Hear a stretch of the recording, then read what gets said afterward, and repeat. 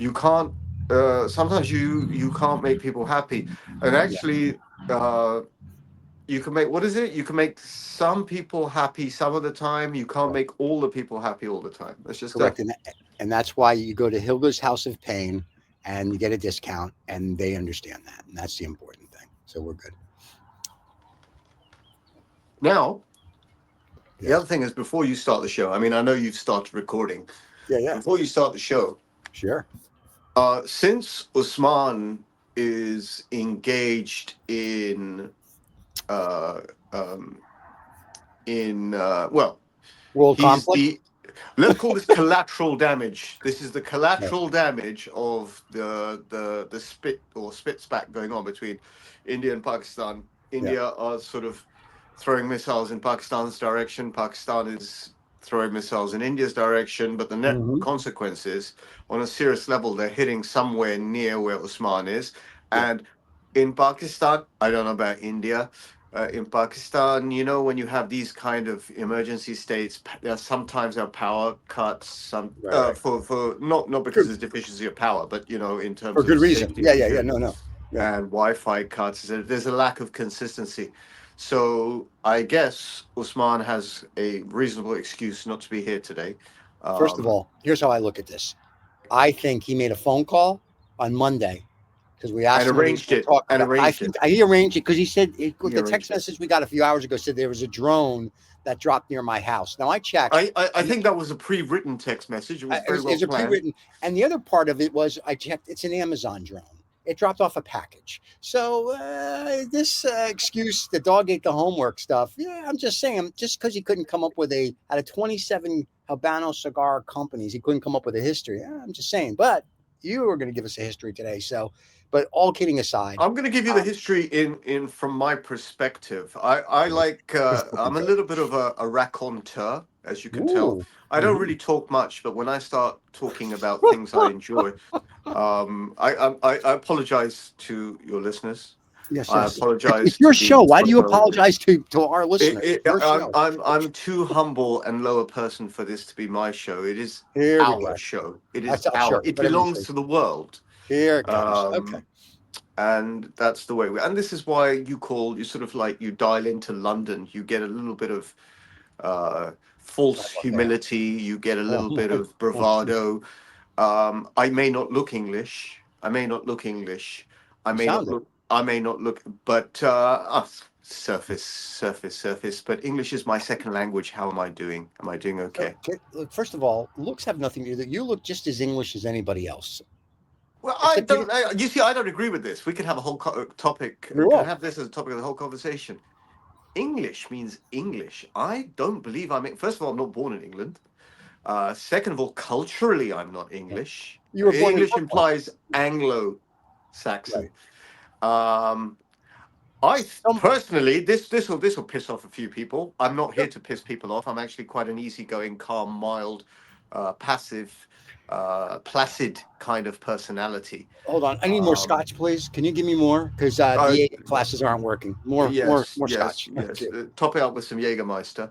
I'm Yeah. quite a placid person, but I believe that people who are not actually ethnically English, calling Yeah. themselves English, is sort of like, wanting to be something you're not. Be Is that what like you are. saying like African American when you're not from Africa? African American when you're not from Africa. Yeah, I mean, color is a very, and this is something I was going to talk about later on once you started the show, but because Hey, you do you want haven't me? hit the start button yet, Yeah, let's I'm let's talking start it. about it pre the show. This can be part of the show. I don't mind. Oh, Hit the sure. start button. Hit the start All button. right, here Go we go. for it. Here we go. Here we go. This is 2OF Entertainment. Oh fucking hell! Not the Welcome intro to again. Habanos Saturday, the fastest growing cigar show on YouTube with over 100,000 subscribers. Come join us every Saturday live.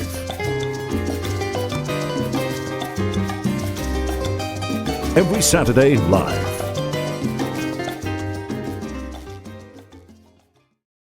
All right, here we is. Now we're technically live. And my scotch glass is full. Thank God. Your So, Scotch glass is full. It's a Scotch glass is full kind of day. There's a lot to talk about and digest. it is. Um, I will seek your yours and the audience's forgiveness, I have a big cigar evening this evening. Yeah. Sorry, I forget to put the phone on silent, and then suddenly, the moment we start recording, ting ting, like I'm sitting pretty for 2 hours, but now, Right. ting ting ting ting ting. Yeah, there's a lot going on in the world that we were going to talk about, but I've been so we were discussing since last week the sort of like the cigar off Yeah. How was with that? cigar history off, right? Which Right. sounds like a Russian Jew. The cigar history off with Usman. Yeah. That's why you didn't And show. I'm telling you, he started the war. That's why he's not here. well, you say things like that, it reminds me of the Billy Joel song. We didn't start the fire. Yeah. It But no, was I'm just saying. always burning. All right, that's all we can do before we have to pay royalties. So anyway, but yeah, no, I think he got nervous and he's like, I can't do a cigar off, and I'm gonna call somebody over in India, and they threw a little paper airplane. I think the issue is that with intellectuals, real aficionados, of which I'm not one, Right. they're very, very serious about their intellectual content and Right. their research. Now, Usman, God bless him, Usman does his research properly when he comes on the show. So when he knocks out, I don't know, 10 facts, you know that there is 9 are some true. precision. Me, I air it. You know, I go from, oh, I heard this, I heard that, I heard this, I heard that. In fact, what I did is, now, I don't know if you want to introduce this as a formal. We haven't worked this out in a great way yet, but I don't know if you want to introduce this as a formal cigar history. But without any titles, we can do this in post production. Okay. Post Post-production. This is a Have you cigar seen this show? history. This show doesn't have post-production. Well.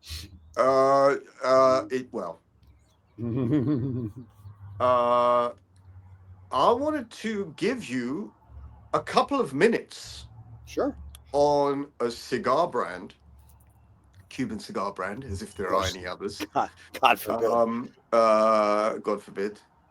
Oh no, I'm in the post Usman era. I need to be. Chill out.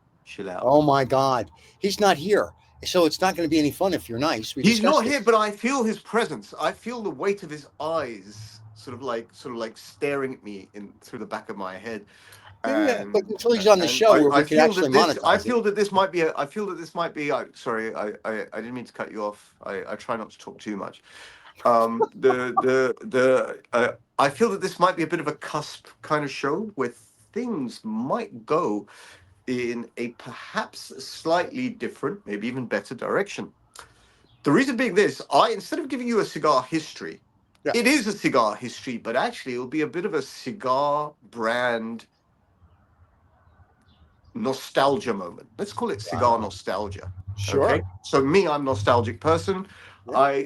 I'm the person that likes the history. I think the cigar community as a whole, people that I meet, are undereducated about the brand histories. And I think, and the whole rationale of doing this was so that if you know even one or two really nice things about a cigar brand, it should increase your enjoyment. So the cigar brand I'm going to talk about today is Quai D'Orsay. Yes, I said that in a French accent. Now, I said that in a French accent because in another lifetime, I had I was, the words don't come out of my mouth properly. I was married to a French lady who would often swear at me in French. And so by a process of osmosis, I have absorbed the French and the French accent into my system. So the reason Quai D'Orsay came to mind is one of the 27 cigar brands that I heard a little bit of gossip as of late. Now, the gossip that I heard, which may remain gossip, but I have a feeling it's not, is that imminently, sometime in the future. Now, I don't know if let me educate you as much as I can, and I'm educating you from a very humble position of someone who's just new to this world of cigars. Oh my God! Yeah, here we go.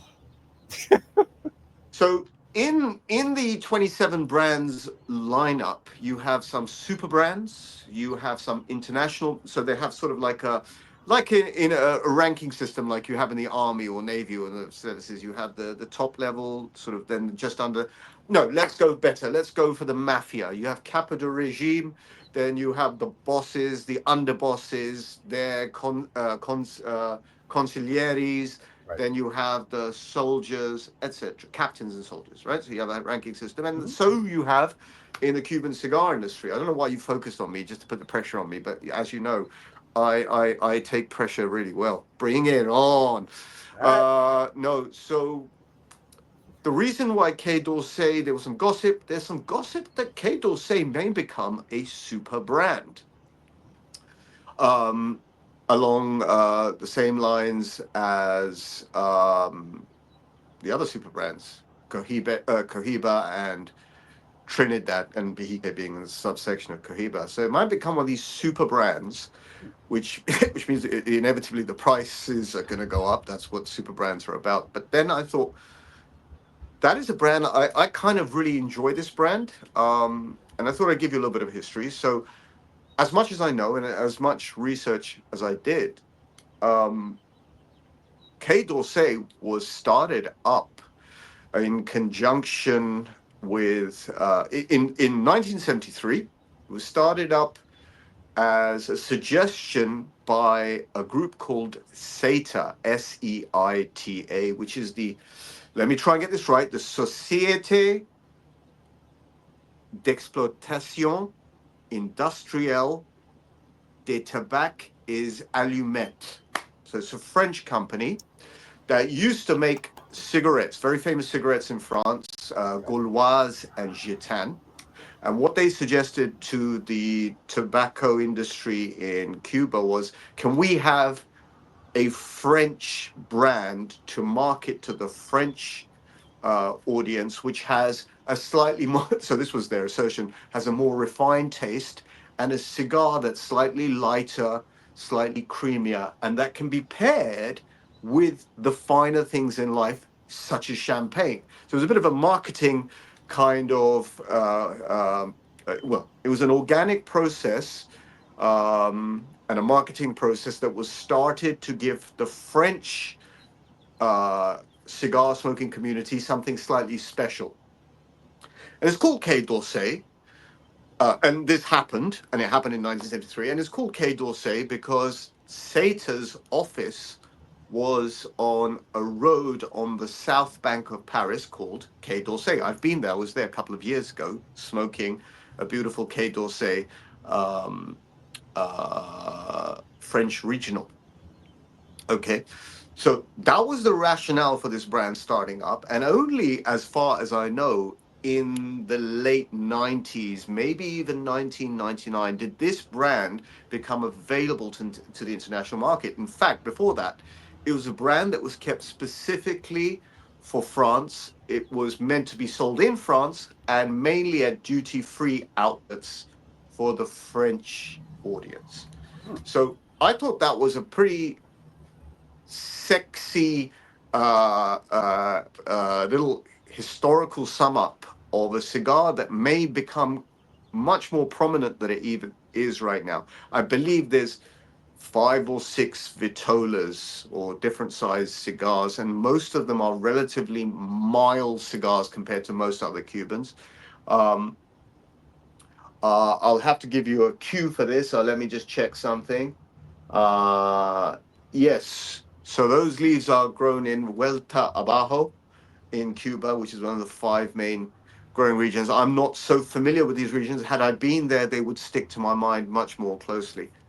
But next time, any of you splendid people get the cravings for a Quai d'Orsay, imagine when you are smoking this beautiful cigar that in some way you've entered the French or even the Parisian market and you're sitting quietly on the Rue de Quai d'Orsay, the Quai d'Orsay being the south bank of the Seine River. Very, very expensive area, actually. It's sort of like Mayfair in London. Perhaps it's very classy, kind of beautiful architecture. It's sort of like 5-minute walk to the Eiffel Tower. And when you smoke a cigar like that, you sit outside, you have a beautiful coffee or I don't know, a Kronenberg 1664, or or actually a nice glass of wine, which is what this brand was meant to pair up with. And I have a very good friend who suggested one of the top ends would be Krug. I'm not particularly a champagne drinker, but uh, that is the suggestion. It is a transformative brand. It takes you somewhere. It's got a little story behind it. It makes you feel slightly different, makes you feel slightly elevated. It was meant to be a sort of much more refined taste. You can see my fingers doing that. Yeah, it was sort of Yeah, sure. a refined. And the one interesting thing, and I asked my chum Christian at Tom Tom Cigars to let me know what is there sort of something interesting about this cigar. So you noticed that these cigars, the wrapper, not the band, the wrapper is a slightly yellower color, a slightly lighter color, and that was all meant to be part of the marketing, sort of champagne-y color, can I say? So those are the thoughts and images that you should conjure up, even if you're smoking a Quai D'Orsay, I don't know, sitting in I don't know, on the toilet in Australia. That should transform you to a place in Paris where you feel a little bit more sophisticated. You sort of arch your back, sit up a little bit more straight, blow a puff, and enjoy your life. You got to be That's careful when my you say blow. Habanos history for You got Quai to be careful when D'Orsay. you say. You got to be careful when you say blow a puff, because in some places that has a whole different connotation. But Well, there you go. You reflect on whatever's inside. You reflect it out with. What did you think of well, my and little I, yes, sir. Habanos history? Can I tell you that was a tear? I'm crying. That was beautiful. See, No, and I this is haven't achieved the Charlton Heston level of acting. oh, here we But go. what I wanted to impart in my Habanos history, apart from Yes. these little snippets, is the feeling I get when I smoke a specific cigar. Because a little bit of history, a little bit of history in my mind goes a long way. I agree. And that's why I said you sort of like arch your back a little bit, Mm. and you think, oh, yes, I am that fine international gentleman sitting in Paris having Wow. a cigar that has been rolled in Cuba and specifically for this market. Right. And those are the little nuggets of enjoyment that I get off on. Well, you get off on other things, I'm sure too. But Now, so, now, now, the yeah, real question is: yeah, after that, yeah. do you feel like smoking a Quai d'Orsay? I have smoked them before, and I do enjoy them. Mm. Um, I did not know the rich history of it, and now I feel that my life is more better, as we say, because now I know the French history of the cigar, and now I'm gonna go have to have Nunzio and Rocco smuggle in a container full, and it's a whole nother process. So Well, there you have it. then I feel vindicated. I feel Ah, I ah, feel that I feel that I've done my duty. I feel that I have hit the mark. that's good. So we did well. Going, huh? That we did very well. Then I like that. That was a nice rounded history. Well, it's not history for me. It's a little story, It's a and good and story. and history is far more interesting for me. Mm, Everyone is different. Some people like statistics. Some right. people like precise pieces of information. I'm bit of a storyteller, and I like to take it in that direction. Mm. And what I was hoping this week, maybe next week, is that Usman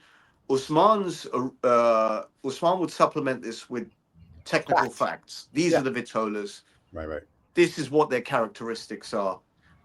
This is the person who founded, that kind of Mm-hmm. stuff. Mm-hmm. Mm-hmm.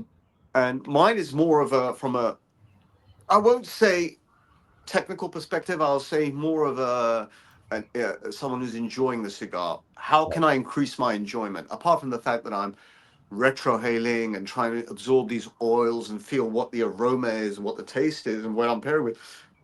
I want to capture a moment. I hope I did. I kind of, it's beautiful. Anybody who needs to know about cigars, there you go. And now they can, if they're in London or anywhere where you buy Cubans, they can go buy one of these, and they can sit on the loo in Australia apparently and puff away, sitting up straight, because apparently they I think slap. that was a good example. I think I that was a do. good I example. I agree. was trying to go for something as far detached from, a beautiful uh, sunny road. And it's always sunny on that road. For some reason, it's always Yeah. sunny on that Well, road. for that kind of money, you have to. It has to be. That road is so fucking up. Ooh, that's a bad word. You can't That say road road. is so Yeah, fucking road. upmarket that Yeah. Karl Lagerfeld had his studio on that road, on the Quai I D'Orsay. remember. Sure. So there we go. That was good. Coming back to, it's very, very kind of you. That was my first Habanos history. I expect it's the last because people say, oh, fucking hell, get rid of this man. Can I tell you, the fans are going crazy. They all love it. I suspect the fans are watching this show because they are crazy. Well, and what we do is we hold sorry, their I forgot. families. I have to be nice. You're lovely Why? people. No, they're not. Stop it. We know who our fans are. Anyway. No. I promised. I promised. Aside from mild slippages in the character, to be nicer. I made a whole effort since last week to be nice. Really? How'd that work out for you? I'm alive. But I've apparently the change in energy has started a spit spat between India and Pakistan. I see that. That's The terrible. world has gone sideways because you now have an American Pope. Yeah, that's crazy. They did that because of the orange man. There's no, really, who cares? I don't want an American Pope. I want the guy from Zimbabwe. I want the black guy. Well, he's created some controversy, not bad controversy, nice controversies, because the Peruvians are claiming him as theirs. Big deal. It's Peru.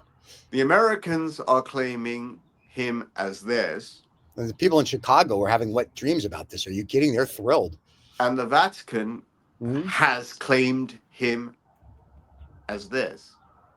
So he's got a Vatican passport. Yeah. He's got a Peruvian passport. Yep. For those of you who are slightly dense, Peruvian means from Peru.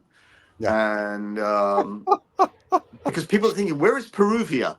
There's no Peruvia's Peruvia. No, it's Peru. Yeah, it's Peruvia's in the Peruvia region. In the Peruvia region, near Canada. Perugia. Near Canada. Yeah. Hey, go to Canada and make a right. It's right there. No, Canada, not Canada. Canada. Oh, Canada? Okay. Yeah, because you have Canadians. Why not Canada? I started that about 25 years ago, and I managed to get that vernacular through the family. I have this thing about nonsense. But yes, that energy has created the spit spat between India and Pakistan, which I've been watching. Now, I didn't know. I've been reading about it. Well, I have the pre-Usman way of thinking about it. Yeah, which I can't say. And I have the post, well, because the followers will just drop. The followers will just drop, and they have been dropping. Like literally 1,000, 2,000 followers wiped off my Instagram account. Really? Yeah, absolutely. Well, I put the Pakistan flag up. I'm a patriot. Yeah. I'm from Pakistan, right? Yeah, no kidding. Right. That's why we have the green background. Boom. I put about 2,000 followers just dropped instantly, literally overnight. Boom. Now I could say flippant things and nasty things and whatever, like, you don't want to watch, all that kind of stuff. Well, frankly, before you go on a rant, let me ask this, because you guys are from Pakistan. And so I read the articles about, this is the two nuclear powers and blah, blah, blah, and yada, yada, yada. But in a crux for the fans that don't really get it, or that don't know where India or Pakistan is, in a nutshell, can you tell them what this is all about? This is all about a Dr. Seuss, or the way it's meant to be pronounced, Dr. Seuss, but Dr. Seuss book and cartoon that I must have seen when I was about 10 years old. That's what it's about. Okay. Which is? Now, because everyone calls him Dr. Seuss, I'll carry on calling him Dr. Seuss, even though the correct pronunciation is Dr. Seuss. Okay. There's my caveat there, yeah? All right. So Dr. Seuss, the Sneetches. Now, the Sneetches is a beautiful, in that sort of quirky way. It's about two groups of people. There are these Sneetches. Some have stars on their bellies, and some don't have stars on their bellies. The ones with stars on their bellies feel superior to the ones without stars on their bellies. Okay. Right. And there's a middle. So which one is India and which one's Pakistan? It really makes no difference. It really makes no difference. Got it. That's the whole point. That's the whole point of the Dr. Seuss version. There's a middleman who comes along and says, well, for $5, I can put stars on your bellies. Gotcha. Right? All right. So what he comes along, he charges $5 for all the ones that don't have stars on their bellies to have stars on their bellies. The ones who had stars on their bellies now feel that they're the same as everyone and want to have their stars removed. So he charges them $5 to remove their stars. Stars. Okay. Do you understand? Do Yeah, you yeah, I understand got it. Yeah, I get it. the nonsensical? So this comes from zooming out, and one of your other shows, I can't remember which one. I think it may have been Sermon from a German. We're talking about Yep, zooming out, right? I think yep, it might have been Sermon from a German. Um, we talked about having a macroscopic view on the world to try and make sense of it, right? Yeah, the right, person who's in the accident cannot see the accident as well as some, an observer standing at a distance. And in right. this particular instance, the technicality is, the technicality is that when India and Pakistan were divided and became independent nations in 1947, they were basically done on sort of a partition line was drawn based on where there were Muslim majorities Okay, in terms of geographical land. Where are there Muslim majorities? Basically, that was the rationale. Okay, now Kashmir was included in that, but it was disputed by India because whilst Kashmir had a mainly Muslim majority, the chap in charge was not Muslim, so he said, "We'll go in this direction." You understand? So this has right. created a disjoint that has lasted 47 to now. How many years is that? 63? No, 63. But lots of years. Like 80 years. Something like this, however long it is. Okay, my mathematics has gone sideways. I used to be very, very good at mathematics, but since the Alzheimer's and dementia has been kicking in, my numeracy and literacy has fallen, and therefore Uh, I compensate with words. Um, and you that's only just use the the way it best is. words, my friend. Only the best words. Right now, India claims that Pakistani terrorism has been Mhm. affecting them as of late. Pakistan claims, what a bunch of fucking nonsense, show us some evidence, that we don't need to show you some evidence, we're going to attack, and all that fucking Right, crap, yeah? right. When I say all that fucking crap, right, I think the fucking crap is on one side, by the way, yeah? But everyone go fuck themselves. It's my Right. opinion, you can put it in the bin, right, okay?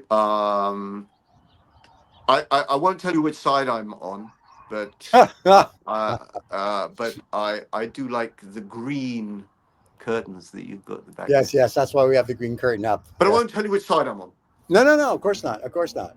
because as a Pakistani patriot, I cannot take sides. Okay. Which is good that you're down the middle like that. I'm down the So middle. I try to look at both sides of the argument, and I always make an effort to come to a moral and ethical decision.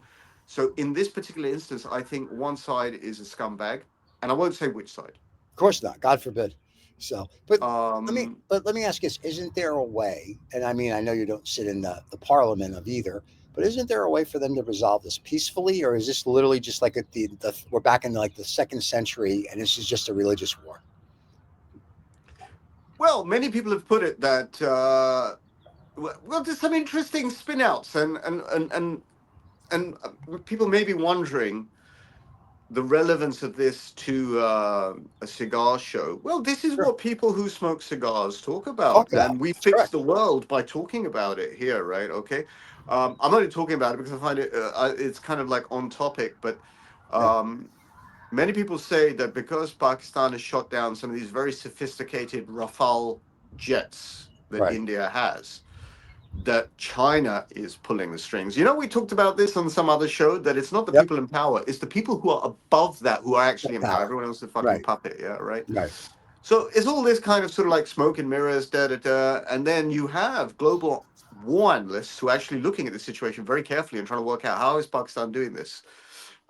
I won't take sides. I won't tell you Right. which side I'm No, no. on. Once again, That's okay. yes. Yeah. But Pakistan are doing really well. But I won't Yeah. take sides. I'm not. From I'm. what Let me be very clear. you're not I'm taking not a sides. partisan human being. No. No, I'm a of course not. partisan human being. I Right. mean, I'm a partisan human being. Yeah. Non-partisan. No, right. No, I got that. I got that. But no, but I've read some articles in the FT about it. So, and Wall Street Oh, Journal, for New those York who don't Times. know, the FT is the Financial Times. Yes, sorry. I'm sorry. I'm snooty like that. I like to just, talk in snooty terms. Snooty or snotty? Could be, depends on my mood. Yeah. Unlike you, didn't take a pledge to be nice to people, so I don't give a shit. It You know, was I, a self. It was a self-determined pledge. I think that was a nice thing to do. No, it's because Usman made you feel like he gave you Jewish guilt and you believed it, and now we're putting up with it. So there you go. So Jewish guilt. I never. Jewish guilt. Everybody knows Jewish guilt. So I mean, I've heard this expression before. I just don't get it. well, it's probably just like It's called Pakistani guilt. in other words, called emotional blackmail. But Jewish guilt. We invented that. It's great. When I was a kid, my grandmother, if she said something and you didn't do it, she'd be like, "Oh, you don't love your grandmother." You'd be like, "I," oh, yes. and then you would have to go and do. It's just all mind games to screw you up. And then as you become an adult, then the women in your life give you Jewish guilt, and then everything's Jewish guilt. So now when my friends around the globe try the Jewish guilt, I'm like, dude, I got 8 billion years of Jewish guilt. I'm good. Like there's no, I could care less. Right. So that's all it is. But I find it fascinating that in this day and age, with all the technology and with everything that we have, that whether it's India and Pakistan, whether it's China and Taiwan, whether it's whoever and whoever, even Israel and whoever's trying to kill them this week, that we just can't get along on the planet. I'm fascinated by the stupidity of human beings because at the end of the day, we're all Cain stuck. did kill Abel. Well, yeah, it's a Jewish thing. Well, it's just how it works. That's how you get control. If Cain killed Abel, yeah, and they were brothers, and if we're going to go according to myth or folklore or science, however you want, that's in the Torah, so that's true. That's okay. So. Well, I believe there. So let me be clear about this. I believe there is a level of truth to all of these things. These are stories and texts that have been passed down through generations, and even if you don't believe them literally, they come from something of value, in my opinion. Right? I agree. But if we take that perspective, and I'm taking that perspective, then the first brothers one of them killed the other, and it's in our inherent nature to dominate or subjugate over the weaker, and that's just the way it is. There's a book called The World, and in the book it starts 30,000 years ago, and it talks about the first conflict, and it literally just takes us through. We are just a society of conflict, and I get that, but I'm just saying with all the advancements but with all the advancements, and with all this and with all that, are you kidding me? Really, we're still fighting over whether it's religion or this or that. It's the dumbest thing in the world. It's, you know what I mean? It'd be like you say that, right? But there are some people who will say we are just an intelligent species of animal. If that's the case, rival chimpanzee groups fight with each other. Yeah, that's true. Animals are territorial. We are territorial. We're curious. Apparently, what makes us different from animals is our creativity, the ability to make music, to hold memories, etc., and document memories and all that kind of thing. And that brings us on to AI, which I know that you've been discussing in great depth in some of the other shows that you have in this universe of 2OF entertainment. We're like the Marvel universe. Who knew? So yeah, I mean that's a very nice money making scheme by Hollywood, to be very honest with you. Sort of like how many times can we respin the story in different ways without spending extra amounts of money? And that's just the way I'm very cynical when it comes to branding and marketing, which is why when it comes to things like cigars, right? The thing that makes it interesting, and I'm trying to bring this back onto point, the thing that I find, again, interesting above the marketing, because to a non-cigar smoker or to a new cigar smoker, when they're looking at these 27 Cuban brands, and I hope they're not looking any further than those 27 Cuban brands, I got it. is apart from the fact they're different colors. So, you know, you've got Quai D'Orsay, which is sort of that, I wish I'd kept some bands here, but I've got a Trinidad band here. It's sort of like Quai D'Orsay is a yellower version of that, sort of a mustardy yellow version, which I kind of think relates. The reason why they've done that is to get that sort of that champagne-y kind of quality, because I think what they wanted to do was, back to Quai D'Orsay, was to sell it as a luxury product alongside other luxury products, such as champagne, such as, I don't know, French perfume, etc. It was a very duty-free item. Right. You know, like when you go to duty free, and I was reflecting on this a few years ago. Yeah, everything that I like in this world is the thing that's most expensive in duty free. Okay. Cigars, alcohol, perfume, Yeah. and leather belts. And those are the things that are always the most expensive things at duty Right. free. So they've got this monkey completely nailed, right? But when someone goes to choose a cigar and they look at a Partagas band, or they look at a Hoyo de Monterrey, or a Quai D'Orsay, or a Monte Cristo, yeah, you look with your eyes, right? But if Right. you look, if you wear a different pair of spectacles or a different pair of sunglasses that allow you to see history, yeah, or allow you to sort of go beyond the band, under the wrapper, through the leaves, that is what increases the enjoyment. That's what increases the enjoyment, as far as I am concerned. A little bit of education goes a long way. I agree with you. Um, so, and it creates great dialogue. I guess I'm going a little bit seriously here. I haven't got a Yeah. smoke to bounce off on yet, but I'm trying to give your audience a Your audience. positive your audience a positive reason to go out and try this fabulous brand. Cigar. It is Now, a fabulous, and by the way, secretly, it's becoming one of my favorite brands. nice. Um, That yeah, means they're going to sell out this week in London because every time you say that, everybody goes and tries cigars that you talk about. Hey, it Doctor. has been happening. I was smoking. What was I smoking yesterday? I was smoking a Trinidad Vihia. I was Mm, sitting in. I went out on a brief appointment with a friend of mine, Jow, yeah. and he brought along some Vihias, Nice. Trinidad Vihias, which is basically a shorter Fundadores. Right. Or Fundador, sorry, singular is Fundador. And I'm getting very conscious about this because all these names are in Spanish. Right. Most of these names, not all of them, most of these names translate to they're plurals.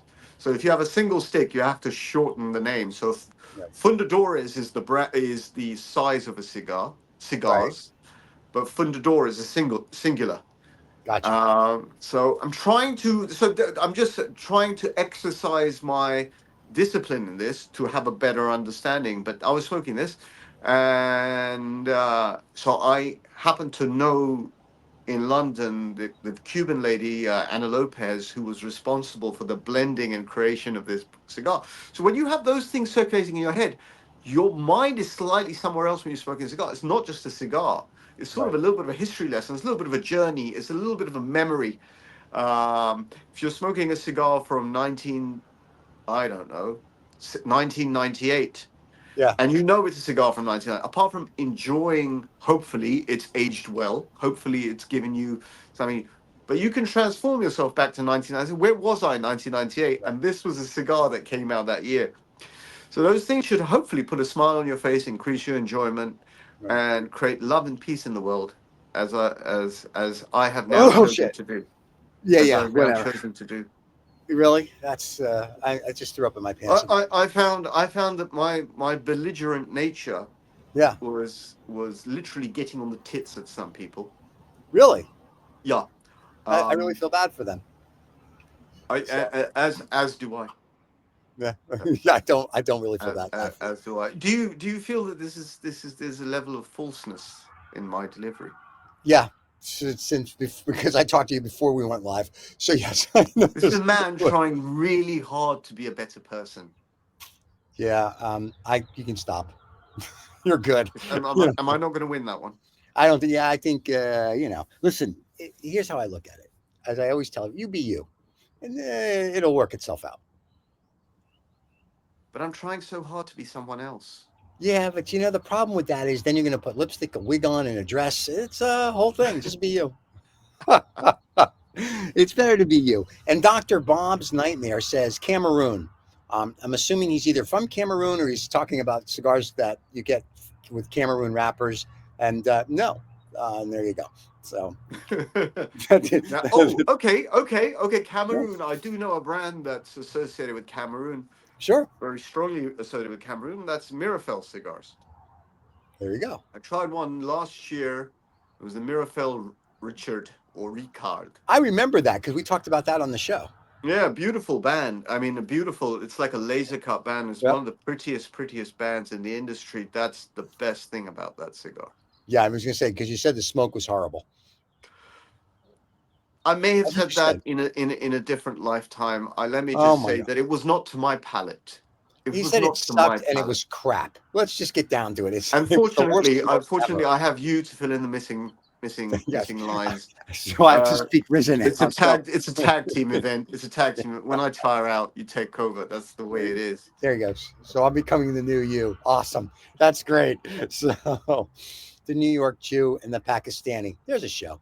Anyway, but no, it's very cool. I mean, I like that. I like the old you when you would say stuff. So now next week, depending on what goes on with the conflict, you may have to be Habanos history again. Because I don't think it's ending by next week. If there are any of you out there, and yourself, Stephen, if you've enjoyed my little story, it's not even a history; it's a little story. Story. I Sure. like, I come from the 1970s. Okay, I'm from the I come from 19 I come from a time when TV on British TV. One of the really great programs on TV, which you won't know this, right? It was a 25-30 minute program called Jack and Ori. You come home from school, every weekday there's this program called Jack and Ori. And Jack and Ori was a famous celebrity, and King Charles did this as well. He was Prince Charles at the time, Right. would tell you a story from a book or read from a book. And that was one of the most interesting, captivating pastimes in the late 70s, perhaps even the early 80s, but late 70s, certainly for me as a sort of 7-8-year-old, right? Okay. Right. And I'm story-based. I read quite a lot. And Right. So I think, when you throw a ball, the whole point is for the other person to catch it. And I think the best way to deliver information about cigars is to make it into a story that is perhaps slightly more digestible. Right. I agree. And that's why I did the Quai D'Orsay, and that little experience I was talking about, sitting on the Quai D'Orsay, the sun hitting you, smoking that cigar, having a beer or a glass of champagne. I've done it. I know what it does. It makes the cigar taste at least 5 times better. Okay. Not 4 times, at least 5 times better. Right. Now, for your audience, if you know this story, the cigar might taste at least 2 times better, even though you're not sitting on the Quai d'Orsay. That's right. But you got to drink it with the proper beverage, and then it may be 3 times better. Okay, let me put it this way.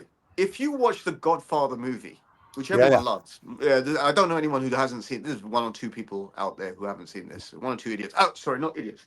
1 or 2 less fortunate who have not been able to see the I guess Godfather movie. idiots, I think, was good. You're good with that. If you saw the Godfather movie and you eating a great bowl of pasta and having a nice glass of wine with it, your enjoyment level of the movie would go up. Your enjoyment level of the food would go up, right? Okay, so I think, apart from pairing cigars with whatever, a whiskey or a rum or a glass of champagne in the case of a Quai d'Orsay, or my go-to drink is a Coke Zero.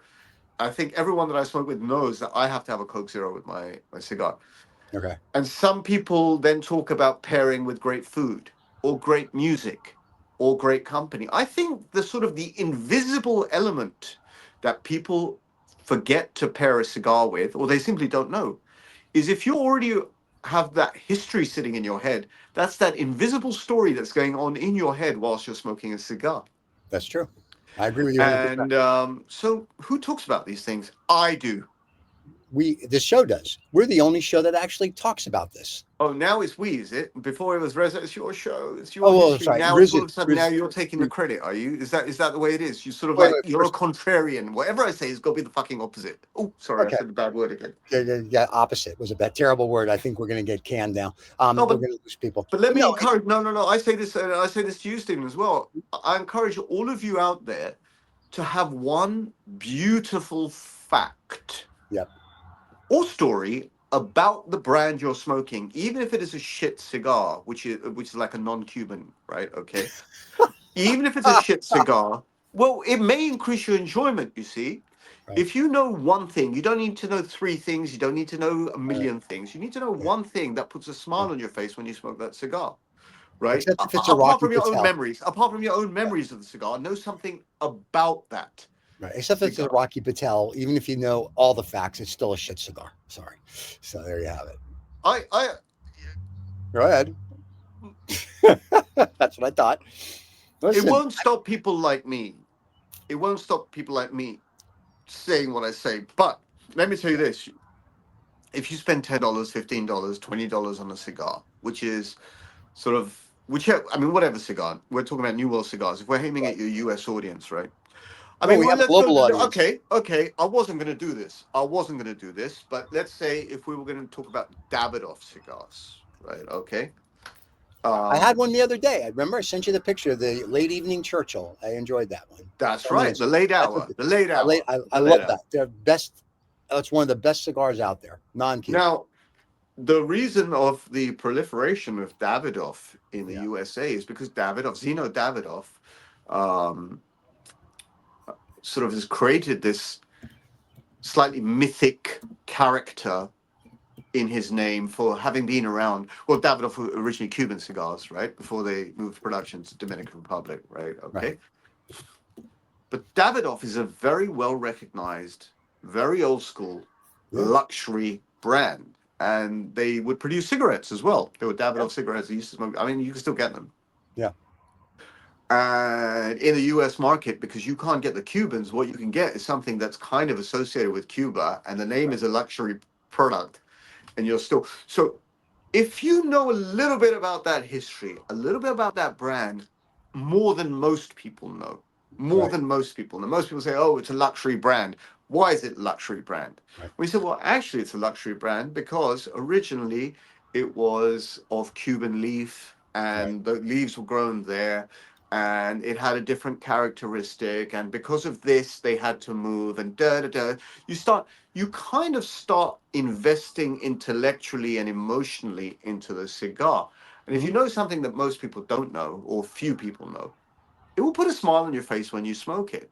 That's right. true. Okay. And also the association of Davidoff with the Churchill series. So I believe they've got Davidoff cigars got basically three levels. They've got the white label, they've got the Churchill, Right. and then they've got the I think they're called the word is going out, the Davidoff guy in London, Vibov, was explaining it to me. They have the different colors. So you have the Nicaraguan band and the Honduran, sort of like with the if you know something about it and you know why it is the way it is, you'll smile when you smoke it. Yeah, the Churchill series for the Davidoff for me is the late evening or late hour. That's my favorite. Like other than my CAO, which I know you make fun of, that's when like at nighttime after I've had a big meal, that is my favorite cigar to sit out and just enjoy like I did that the other night. So that one I enjoy tremendously. Let me encourage you to find out one or two key nuggets about CAO Brazilian. So next week, when I try and cover a cigar brand, I'm going to try and stick to a brand that hasn't been covered by Usman as yet. I may go for something like he's done Sancho Panza. He's done. Has he covered Monte Cristo? I might have to have a go at Monte Cristo. I don't think he's covered Monte Cristo. Now, by the way, Cristo, Doctor, just really quick, Dr. Bob's Nightmare says he's Garcia Cubans is his new favorite cigar. He's never had a bad LGC. I probably pronounced it wrong, but you can see it in the comments as well. So he's never had a bad. I see it in the comments. Yeah, oh, there we go. Now I can see. La Gloria Cubana is my new favorite cigar maker. Never had a bad La Gloria Cubana. I've agreed. I've had them. I wonder if he's tried the podium by any chance, the one that was done for the French Olympics or in commemoration of the French Olympics. You never know. I've had those. They're a good smoke, and even their U.S., if you will, non-Cuban are good smokes too. So there you go. Oh, I've just seen the comments there. Ali's on there. Ali's talking about Rocky Patel 60 is actually good. I actually had the Rocky Patel 60 In 2010 is my recollection. I had it in Paris from Publicis bar, which I don't believe Right. exists anymore. Um, What was it? yeah. It was shit. Right. Rocky Patel's cigars are Well, shit. I don't use words like that anymore. Since when? It was not to my palate. Right. It was crap. Right. Rocky Patel's cigars are crap. I told Having said that, having said that, let me say some kind words because that's the Why? way I am, right? Okay. Someone said to me recently, it may even have been Usman who said this to me recently. He said Ooh. that Cuban cigars taste better in Cuba, right? Yeah, he said that last week on the show. He said that on the show. Well, I have a love affair with Paris. Okay, I Mhm. adore Paris as a city. I mean, basically, I can be in the shittiest part of Paris, but I'm starstruck. It's like Paris is not a city for me. Paris is basically a beautiful woman. Well, that's because Paris is you're a beautiful French woman to me, right? Okay, that's how I think of Paris. I'm visiting just beauty. Okay, right. and let me say that in reference to this Rocky Patel 60, I don't think I had a bad time smoking it, but it wasn't a cigar. I just happened to be smoking it in Paris. And Gotcha. that was like an overarching, I was just in a fucking good mood. Sorry for the bad word. Can't say mood. Yeah, mood's bad. I was in a remarkably good mood. Oh my God. This is I was in killing a me. remarkably good mood. Right. See, I'm making an effort. It's called making an effort. Like, Why? and you know, the best effort in life is the one when there's no gun to your head and you're doing it internally. And so I'm exercising that form. I call it sort of an enlightenment, a moment of enlightenment. You're looking at me Yep. with very, very, very sort of Oh, like because I'm reading Alley wrote, I think. critical eyes, No, no, very no. critical eyes. Well, I was going to comment, but then Ali wrote, I think if you like heavy cigars like a Series V, I'm assuming he's talking about the Oliva V, in the late hour, the 60 because it has a spice bomb. I'm going to try this Rocky Patel 60, and I'll see if it's good, if I like it, and if not, then Hey, I I'll. don't know what's wrong with you. I don't know what's wrong with you. Yeah, we started this show on Quai D'Orsay. I gave you a beautiful history, and one Yeah. person comes along and gives you a one tap and says, "Oh, I have the Rocky Patel 60." You should say, "Forget that. I'm going to have a Quai D'Orsay." I've had them though. I've smoked I them, so I they're know, but beautiful. now smoke another one with the history, the Ah, Habanos well, history, imbued into your smoking experience. you know what I'm going to do that. Let it permeate into the cigar, into your nostrils and out through the smoke. Let yourself imagine that you are the American sitting at a Paris bar, smoking a cigar, wearing a nice blue What are you, beret. You're Inspector Clouseau all of a sudden? You became Peter Well, Sellers? that's where my French comes from, to be very, very honest with you. Yeah, Peter, Inspecteur Clouseau. Inspector Clouseau had the best French lines. But Peter- that's where I think, you know what? You may have just nailed it there. That's where my love affair with Paris started. Uh, not the whole of France, but Paris. right. And I think I saw my first Inspector Clouseau movie in about 1978 as a kid, right? Yeah. I thought it was the funniest thing I'd ever seen, right? Yeah. Peter Sellers. You And gotta love then Peter. in 1980, my parents took me to Paris. I was gobsmacked, and ever since I'm in love with that place. Paris can do Very no wrong nice. as far as I'm just in love. Yeah. Favorite city in the world, Paris. Really. Hmm. I like it. It's not my favorite city, but I do like it. It's a nice city. I enjoy it when I go there. And then they've got that little museum called the Louvre that takes 7 weeks to go through. But if you do a guided tour, get through it in about 8 hours. So, if you're trying to get your steps in, You know what? The Louvre Museum is like a fine cigar. there we Now, go. I'm not letting go. I'm not letting go of this cigar analogy, right? Okay. I figured The as Louvre much. Museum is a fine cigar. It goes in stages. You can't rush it. You've got to really absorb it. And just like the Habanos histories, if you go to a museum that Mhm. big, before you go, pick one thing that you really do, apart from the Mona Lisa. Everyone goes to look at the Mona Lisa. Yeah. Pick one thing or one area and fixate on that. And that will mean that you'll hang around for the next 3 or 4 days if you can, if you have Yeah. time. And you'll, and by the way, staying on topic, the Quai d'Orsay, that area which is like mainly one street, but it's basically the K means the key, Right. the key or where the boats dock, the quays, right? Right. The Quai D'Orsay has its own very famous museum. It's called La Musée d'Orsay, Okay. where there is a lot. It's a focus on impressionist art, and you've got your Renoirs and your Degas there, Sure. not Degas, and your Manets and Monets, etc., etc., etc. I can't quite believe this. As much as I'm in love with Paris, as many times I've been to Paris, I have never actually been inside the Musée d'Orsay. So that's one for me to live for. All right. And You know, you before could I take go, that train through the channel, and you could just no, I used be to go. there. I've done it. I've done it all. I've done the train. I've driven to Paris Yeah. a million times. I have. I've even. This is some while ago. This was out of pure fucking desperation. This is when when the volcano went off in Iceland and all the Yes, I do. flights. I All the won't tell flights were you grounded. where. And I couldn't get a train ticket, and I had to go to Paris. I even took a coach to Paris. So I've done Wow. different. I've done different routes. I've flown to Paris, trained it, driven it. I haven't walked to Paris, Well, yeah, it's but hard. I did the Channel Tunnel to Paris when I was in London the last time, and I actually enjoyed that. That's kind of a cool thing to say you've gone under the channel. it's wonderful. It's absolutely wonderful. I have a tube station 5 minutes walk from my house. This is how Right. funny it is, right? I have a tube station 5 minutes walk from my house. I can get onto that tube station, Right. and one change later, Right. I can get out in central Paris. Very nice. Did you understand that? I do. I speak English. It's one of those things. So yes, I No, but got did it. you get did you catch the concept of that? Yeah. Once I get on that tube station, one train change, Yeah, yeah. and the next stop is Paris. I Love got that. Yeah. Why don't you do it more often?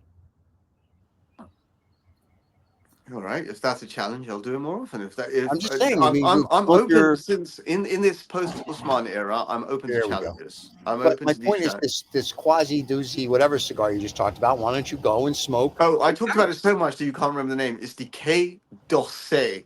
That's the one. You're lucky I remember my name. And come on. We discussed the AA meetings anyway. The point of this is that you should go next week at some point, sit down in the Champs-Élysées there and have a cigar and take a picture, and there you go. It's 3 hours. I'll post my last, just for you. I'll post my last visit to the Quai d'Orsay with my cigar and drink, Nice. and we'll Fans want tag to you see. in, and you can say, "Well, we just had this show. This is what we spoke about. Come and watch more of it." Well, we could do it with you, but apparently your fans are dropping, so we'll have to use our fans. Well, that's because as in sort of like I'm not telling you which side I'm on. That would be No, we got crass. that from the conflict. Yes, we're That aware. that would be crass, and I want to rise above these things. Really. Hence the green curtain. Go ahead. So, Hence the green curtain. Hence the Yeah. green curtain. right, with a little Um, white in it. Go ahead. So, but I'm sure the fans that are watching very quickly that are coming in late. Usman couldn't join us today because the dog ate his homework, and what he did is on Monday he called the head of Pakistan and India and said, "Can you start a war? Because I don't want to do the Habanos Cigar Challenge with Riza." So because of that, he's not here this week. Hopefully the conflict will be over by next week, and he'll be back. And all kidding aside, he did say that a drone dropped in front of his house, which we did check, and it was really an Amazon drone dropping off a package. Close enough. So hopefully he and the family are safe. We send him all the best, and hopefully at some point cooler heads prevail and all this ridiculous crap stops. So there you go. And that would go for the Ukraine and Israel and all the other people that are fighting. In his absence, I'll set him a small challenge.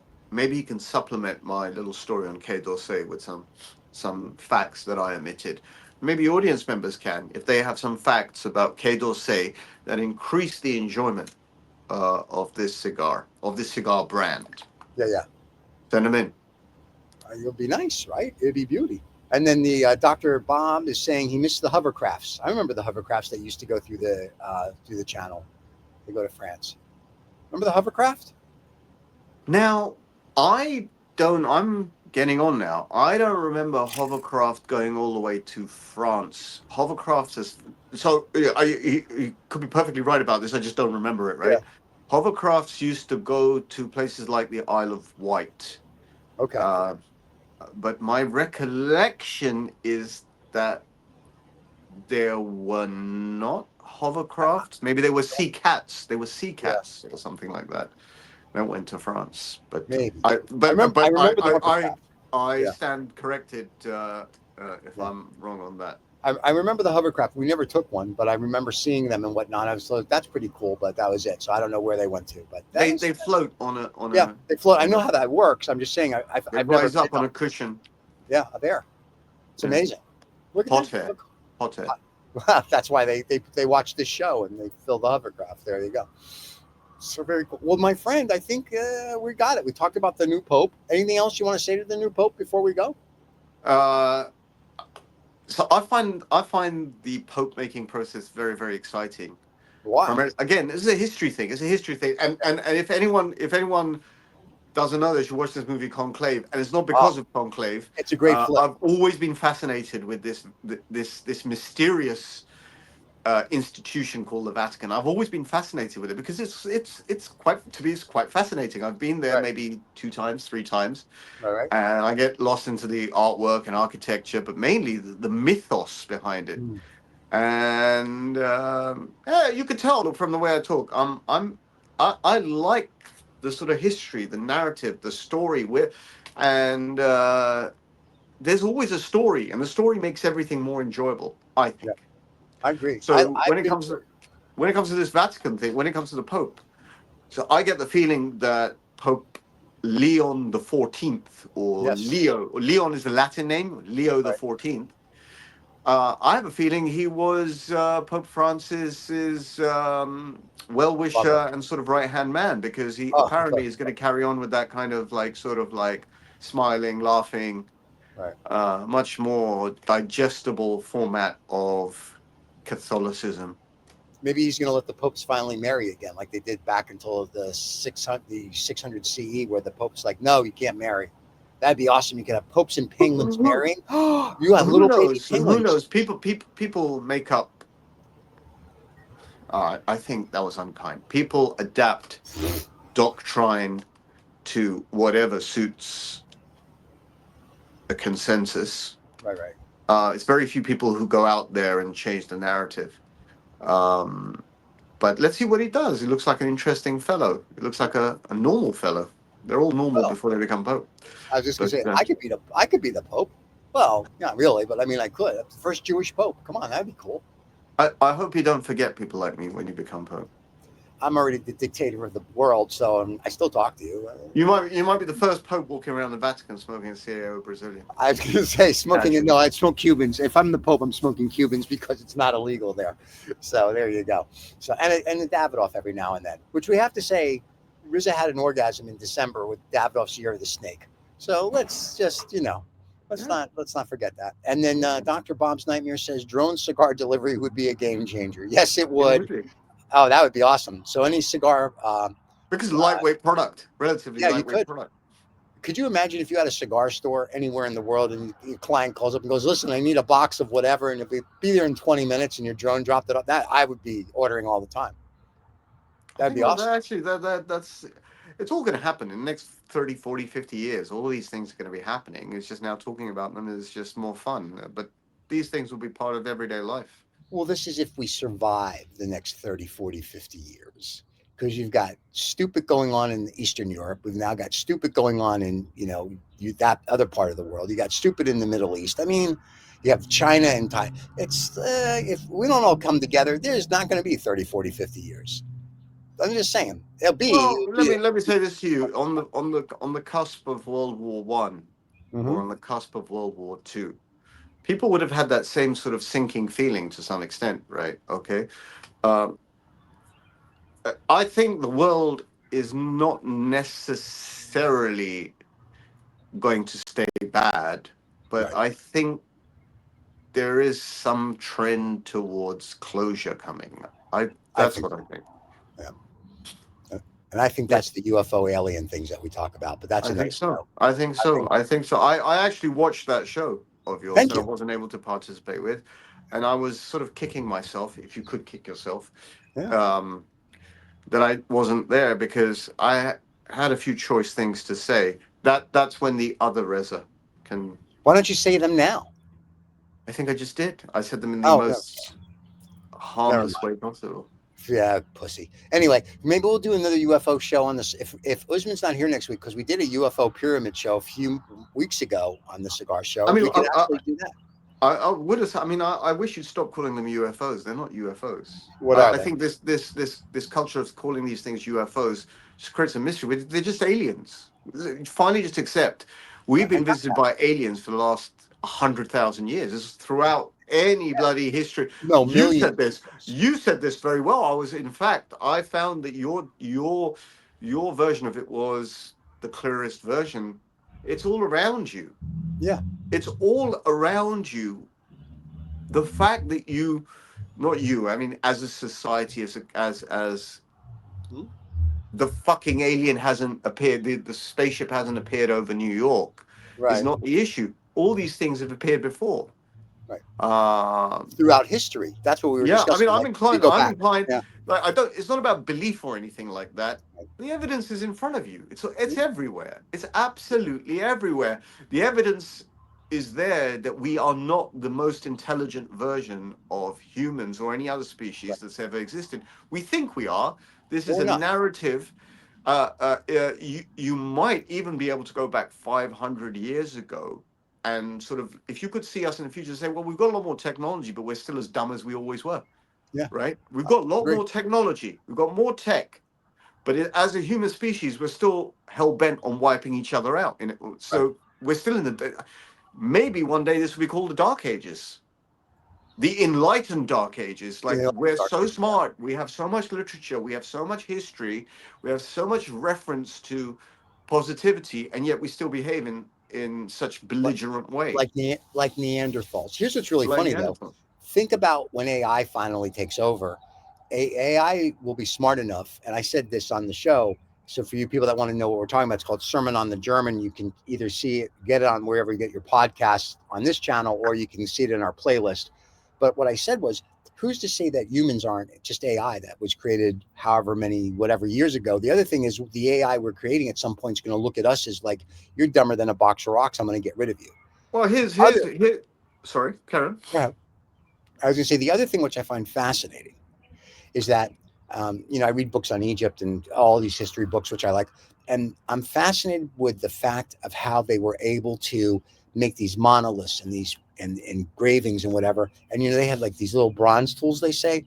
No, I don't think so. There's no way you can do what they did with, and people go, no, they did it this way. Then go ahead and try it. And when they try it, they can't make what they made. So nobody wants to admit that there was advanced technology, say, 1 million years ago. And at some point, they were like, yeah, we're going to leave and go somewhere else. This is now I can get controversial, and I don't mind. Sure. This is basically a Western philosophy where science just started with Isaac Newton, right? Okay. Yeah. Fuck that. Oh, sorry, bad word again. Fuck that. Yeah, Isaac Newton's a bad word. Mm-hmm. No, it didn't. Okay, this is a Western narrative that we are the most intelligent, most that's ridiculous, most accomplished.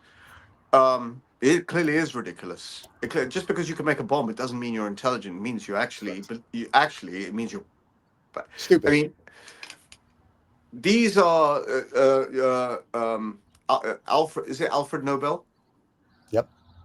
Alfred Nobel, after whom the Nobel Prize is named, was mildly embarrassed, to say the least, that he would die being remembered for the creator of dynamite, as the creator of dynamite. Yep. He thought that would be a really bad way to be remembered. So he created a prize for scientists and do-gooders around the world called the Nobel Prize and the Peace Prize. I think it's a very smart move, because when people think of Nobel, they think of the Nobel Prize. Right? Not many people know or remember that he created dynamite, which is a very destructive thing. Now, it's destructive, but it was also used for, dynamite can be used is used in very good ways for, excavation, etc., etc., etc. But you would think that especially in modern history, that science only started like 300 or 400 years ago. Science has been going on ever since, human beings were existed, pre-human beings. Yeah. We don't know. I don't know if we will ever know exactly in terms of revelation were we seeded on this planet? Are we hybrids? Right. Are we're not, are we pure blood? If you want to use Right. that expression. How many alien races are we surrounded by? According to NASA, 27. If you need scientists, there are some scientists who say, oh, we're exploring the statistical probability of aliens existing, correct? That's Yeah, cool. the statistical probability. Listen, there is plenty of intellectual fields that physical science does not cover. Right. Yeah, spirituality is a great part of humanity. How can science describe spirituality? Can it? Correct. Right. Can it? Can it? There is no language in science to say spiritual, Right. to cover what we don't know. Mhm. Science in itself, in terms of mathematics, is slightly self-defeating because it's restricted to mathematics. And it would argue, science just argues that if it's not if it's not mathematics, it's not science. If it's not science, it's not mathematics. But Right. you're stuck in that way of thinking. Spirituality is sort of existential. You know what I mean? Art is existential. Right. So anyway, that's a different discussion for a different time. But a cigar experience, can it be described in mathematics? It can be described as a vitola that burns for this period of Right. time. But how do you describe the enjoyment you get out of it in mathematics? You can't. What did you call me? I said you can't. Oh, I see. I didn't call you anything. Oh my God. Well, I mean, I guess you can. You could say my cigar experience on a scale of 1 to 10 was X, but theoretically, you can't but really you describe. can't physically describe Right. it other than in words, and even your words can be deficient. How do you describe the emotional way? I mean, you can choose as many words as you want, but sometimes you can never always get. That reminds me of this cigar that this Selectos number 3 that I was smoking maybe 3 or 4 months ago. The UK regional. I was searching for what flavor am I getting halfway down the cigar. The lady Right. who was in charge of rolling it, the blend, told me I was thinking lavender. Right. Right now, only because she said that, I was sort of like, oh yes, maybe, but until that point, that's not what I was thinking. I was thinking Right. licorice. Okay. So, Oh. how do you describe those things? So, Mhm. science is deficient in some areas, Yes. Well, a lot of areas, but a lot of areas. yeah, that's very true. My friend, as always, it is good to see you. To the people in India and Pakistan, get your shit together. We need Usman back. It's the only reason we care. But no, let's all. As what was the thing you said last week? Look, take care and love yourself or some crap. What was the bullshit you ended the show with last Well, week? I want to say it now. Now that you've Belittled it. now that you've negated it, I didn't negate it. I thought it was touching. I cried. I laughed. I touched myself. I sang I was show going to say, tunes. take care of yourselves Oh and of God. each other. There you go. That was the crap that you said last week. All right, Yeah, okay. Let me whatever. say one thing in closing. Right? Sure. Smoke Mm. a nice Quai D'Orsay. Find the In vitola size that suits you. Smoke that. in And Paris. that's the takeaway lesson for today. There you go. Even if you're not in Paris, you will be transformed to a sunny street in Paris. With I Asian couldn't have hookers. sold it. I mean, I'm not even trying to sell it. I'm just giving you a history that speaks for itself. And if you're in London, these will be sold out in every chemist shop by Thursday. Because when RZA talks about a cigar, everybody goes and tries it. So if you're in the UK, get your asses to your stores now because they'll be out of stock. Because the last time you talked about a cigar, every time you talk about something that you really like, they disappear off the shelves, whether it was the Davidoffs or whether it's whatever. So yeah, just FYI. And if you want to smoke the cigar that I smoked on the Quai d'Orsay in Paris last time, it was a Clemenceau. There you go. And with that, ladies and gentlemen, thank you for watching. We will be back next Saturday, hopefully the 3 of us. If not, it'll be the 2 of us. And we'll rant whimsically about things. And thank you for the fans that were here live and hope you enjoyed the rebroadcast. Everybody enjoy. My friend, as always, as we say, Geo, and Geo. more Scotch, please. And we'll see everybody next week. Cheers.